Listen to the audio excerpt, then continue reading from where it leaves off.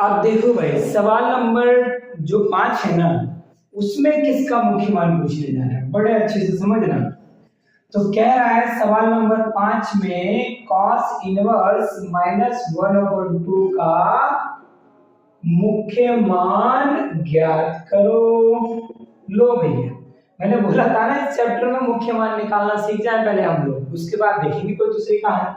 तो बहुत ही सिंपल है, बहुत ही आसान है।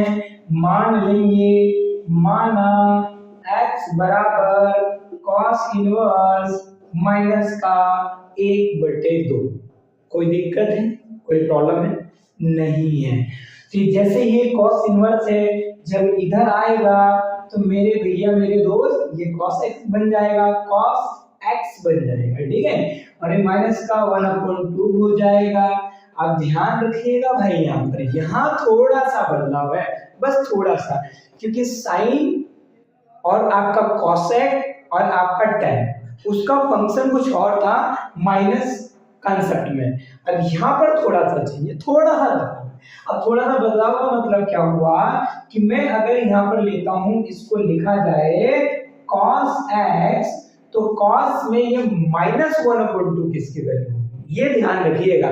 तो -1/2, तो पहले 1/2 को पकड़िए ना, ये 1/2 किसकी वैल्यू होती है? तो जो 1/2 वैल्यू होती है ना, वो वैल्यू होता है आपके पास किसका वैल्यू होगा? 60 का, ठीक है ना। यहाँ पर ये 60 का वैल्यू होगा। तो 60 की वैल्यू को लिखने के लिए, क्योंकि माइनस है, तो मैं यहाँ पर पाई -π/3 लिखने वाला हूँ। ये समझ जाना, ये काहे हमने लिखा?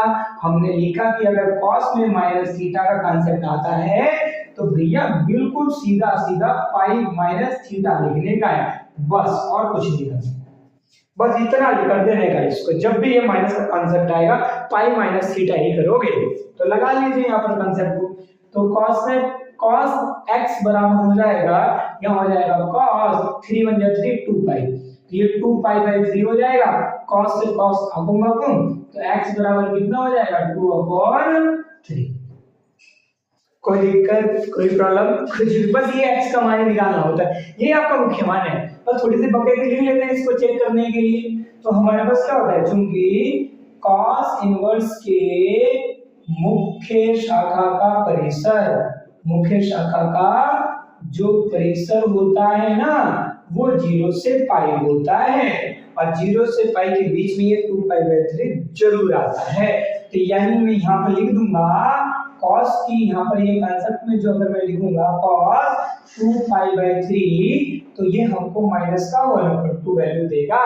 बस दिमाग में डाल लीजिए, जो देगा तो आता कॉस इनवर्स -1/2 का जो मुख्य मान होगा ना, मुख्य मान, वो 2π/3 होगा। बस ये आपको थोड़ा सा ध्यान रखना है, यहाँ तक आपको प्रॉब्लम नहीं होना चाहिए। भाई जब बोला नहीं होना चाहिए ना, तो आप नोट डाउन कर लीजिए, वीडियो को पॉज कर लीजिए। अब इस सवाल नंबर 5 हो गया ना, अब चलिए हम सवाल नंबर 6 पर चलते हैं इसके बाद, ठीक है। नोट डाउन कर लीजिए इसको।